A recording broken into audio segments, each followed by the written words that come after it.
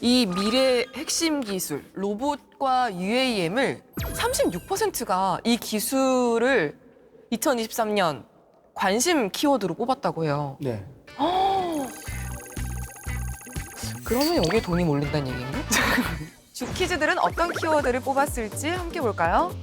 로봇이라고 하면 또 아이언맨을 빼놓을 수 없죠. 로봇 수트, 그리고 미래 먹거리, 반려봇? 반려봇. 어쨌든 로봇도 그렇고 UAM도 그렇고 아직까지는 조금 먼 기술로 좀 느껴지기도 하거든요. 아직은 좀 다소 좀 먼 이야기는 맞는데 네. 그럼에도 불구하고 이게 아주 먼 이야기는 아니고 근래 도래가 좀 가능한 물류 로봇이라고 해서 무거운 짐을 운반하거나 이온물이라든가 어떤 화기에서 로봇이 대신 업무를 좀 수행하는 그런 부분들은 현재 좀 적용 중에 있습니다. 지난 시간에 로봇주를 고를 때 CES를 봐야 한다고 얘기를 해주셨잖아요. 네, 그렇습니다. 그러면 CES 말고도 봐야 할 것들이 있다면 어떤 것들이 있을까요? 그렇죠. 크게 좀 세 가지로 좀 구분될 수 있는데 첫 번째, 기술력은 말 그대로 얼마만큼 독보적인 좀 기술을 좀 보유하고 있느냐. 대다수의 어떤 로봇 회사들이 핵심 부품들을 어디서 조달하죠? 외부. 오. 외부에서 부품을 사서 조립하는 형태를 좀 많이 띠고 있는데 그럼에도 불구하고 이런 핵심 부품들을 외부에서 조달하지 않고 자체 부품 개발을 통해서 핵심 부품을 좀 적용하는 그런 독보적인 기술을 보유하고 있는 회사에 주목해야 됩니다. 두 번째, 가격 경쟁력인데 양산 로봇, 즉 완성형 로봇의 경우에는 이 판매 가격 대비 얼마만큼 많은 이윤을 남기느냐, 얼마만큼 많은 마진을 남기느냐가 좀 중요한 포인트인데 외부의 조달 의존율이 굉장히 낮고 자체 부품을 많이 사용함으로써 원가의 경쟁력을 갖고 있는 회사에 주목을 해야 됩니다. 마지막 성장성입니다. 로봇 시장의 어떤 확장에 따라서 이 회사의 어떤 가치가 얼마만큼 잘 반영되고 있고 이 성장 추세에 따른 외형 확장을 이루고 있느냐. 자, 이 부분도 중요한 포인트입니다. 그럼 이번에는 UAM 시장에 대해서 좀 얘기를 해볼까요, 교수님? 아, 역시 상용화. 네. UAM의 상용화 시점이다. 일단 도심 이 교통을 획기적으로 좀 변화시킬 수 있는 게임 체인저. 그렇죠. 바로 UAM입니다. 이 꽉 막힌 도로를 사실상 이 수직 이착륙기가 날아다니면서 사회적 비용이 크게 좀 감소될 수 있다. 최근에 2025년 국내 상용화를 좀 지원할 수 있는 어떤 실증 프로그램이 현재 도입되고 있는데 이게 지방자치단체를 좀 중심으로 해서 이 도입이 활발하게 좀 진행되고 있습니다. 프랑스에서는요, 네.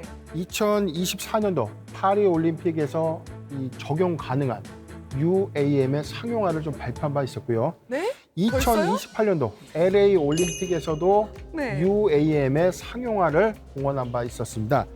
그래서 벌써? 자, 이에 따른 어떤 시대가 이미 이후에 아주 먼 이야기가 아니라 이제 곧 다가오는 산업이다. 이 점을 꼭 주목하셨으면 좋겠습니다. 우리나라는 언제쯤 상용화 어, 계획을 잡고 있나요? 우리나라도 2025년 상용화를 좀 목표로 하고 있다. 그런데 우리나라는 아직 수직 이착륙기를 양산품을 좀 만들 수 있는 기술력을 보유하고 있지는 않습니다. 그러면 어려운 거 아니에요? 우리나라는 현재 UAM 이 투자를 통해서 공동 개발 사업을 좀 추진하고 있는데 먼저 하나 시스템은 미국의 오버웨어와 이 수직 이착륙기의 어떤 개발을 추진 중에 있고요. 한국은 현대차죠. 현대차는 미국의 슈퍼넬이라는 이 회사를 설립해서 이 수직 이착륙기의 어떤 개발을 본격적으로 추진하고 있습니다. 이렇게 미래 핵심 기술의 집약체로 보이는 로봇과 UAM 시장에 대해서 좀 알아봤는데 회사들도 좀 알려주셔야죠, 교수님. 네, 그래서 준비를 해봤습니다. 유일 로보틱스입니다.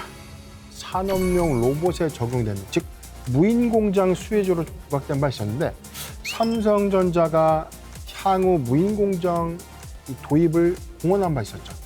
자, 이에 따라 어떤 최대 수혜주가 바로 유일 로보틱스입니다. 대규모 투자에 따른 어떤 비용들이 좀 증가됨에 따라서 영업 손실 좀 기록했지만 이후에 본격적인 어떤 돈을 벌어들이는 시점에서는 충분히 상승 여력을 갖고 있는 종목이 바로 유일 로보틱스입니다.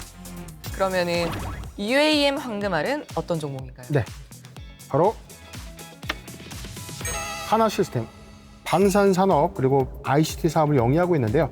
특히 방산 부분 중에 항공기 등에 탑재되고 있는 전자장비 그리고 각종 센서류의 이 핵심 기술이 한국형 UAM 기술의 핵심인데, 자, 이에 관련된 어떤 수혜가 한화 시스템을 중점적으로 좀 도입될 가능성이 좀 크다. 미국의 UAM 업체죠. 오버에어와 버터플라이를 현재 공동 개발하고 있는 회사입니다. 상용화 기대감이 부각될수록 관련 이슈가 부각될 가능성이 큽니다. 최근 증시 조정에 따라서 한화 시스템 역시 지금 가격조 좀 받고 있는데, 매수하기 가장 좋은 구간까지 지금 현재 도래됐다. 중장기 관점에서 2025년도까지 한화 시스템 충분히 효자 노릇을 할 것이다라고 예상해 봅니다. 키워드로 본 2023년 주키즈들의 관심 섹터 1위가 남았습니다. 644명 중에 무려 45%가 2차 전지를 2023년 관심 종목으로 뽑았다고요. 대세는 대세인가 봐요, 2차 전지가. 그렇죠. 저는 2023년 슈퍼사이클의 어떤 진입 초기 섹터가 바로 2차 전지 아닌가. 그러면은 주키즈들이 뽑은 키워드 함께 볼게요. 안전함, 급속 충전, 효자 종목. 돈 버신 분들이 있는 모양인데. 네, 얼마나 성장할까? 그렇죠. 아니 얼마나 성장할지 진짜 궁금해요. 저는 아직까지 이게 성장성 관점에서는 힌트는 하나입니다. 고속도로에 거의 50% 이상의 전기차가 보인다면 상승 탄력, 즉 산업의 어떤 성장성이 조금 더 둔화될 수 있는 어떤 가능성이 있는데, 지금은 그래도 전기차 정말 아주 현재 적정. 2023년에는 2차 전지 기업들을 어떻게 좀 공략하면 좋을까요? 먼저 이 대규모 신규 시설 투자를 결정하는 회사에 주목할 필요가 있습니다. 신규 시설 투자를 좀 결정하는 회사들은 미래의 먹거리를 위해서 먼저 선행해서 투자를 하는 것이거든요. 그럼 교수님, 신규 시설 증설하겠다라고 했을 때 네. 어느 시점에 이렇게 매수를 들어가면 좋을까요? 일단은 이 부분이 헷갈릴 수 있는데, 먼저 신규 시설 투자를 결정할 때, 공시를 처음 결정할 때는 당연히 공시 시점부터 모아가는 전략이 유효하고요.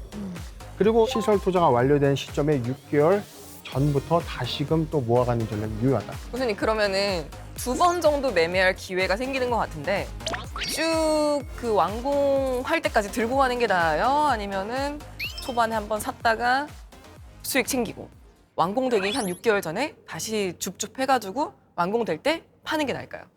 저 같으면은 대규모 신규 시설 투자가 결정된 시점에 모아가서, 저 같으면은 준공 시점까지는 좀 놔둬. 만약에 그럼에도 불구하고 주가가 좀 조정을 주는 구간이 있다면 준공 기대감이라는 관점 하에서 오히려 저는 비중을 늘리는 전략이 유효하지 않나라고 판단을 해봤습니다. 2차 전지에서도 어떤 쪽을 다루는 종목이 2023년도 네. 우리가 꼭 주목해야 되는 어떤 섹터는 바로 전고체 배터리.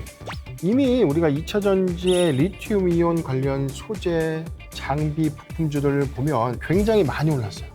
상승 여력. 얼마만큼 더 힘차게 올라갈 수 있는 힘. 자, 이 관점에서의 어떤 2023년도를 우리가 눈여겨본다면 걸음마 단계에서 일어서려고 하는 전고체 배터리 섹터에 주목해 볼 필요가 있습니다. 근데 전고체 배터리는 그러면은 어쨌든 차세대 배터리라고 하면은 2차 전지 배터리 기업들이 다들 하고 있을 것 같은데요? 그렇진 않습니다. 아, 그래요? 꿈의 배터리라고 불리는 만큼 이 기술력이 좀 수반돼야 되고요. 막대한 비용과 투자 금액이 소요될 수밖에 없는. 그리고 굉장히 기술 격차가 크기 때문에 차세대 배터리인 이 전고체 배터리의 어떤 개발은 상대적으로 매우 어려운 실정입니다. 그래서 가장 빠르게 양산할 수 있는 회사를 바로 엄선해 봤는데요. 네. 폭사주에서 공개해 드리겠습니다. 네, 2차 전지 중 전고체 배터리에 대해서 더 궁금한 점이 있으신 분들은 카카오톡 채널에서 필살기 고수회전을 검색하신 후 채널 추가해 주시기 바랍니다.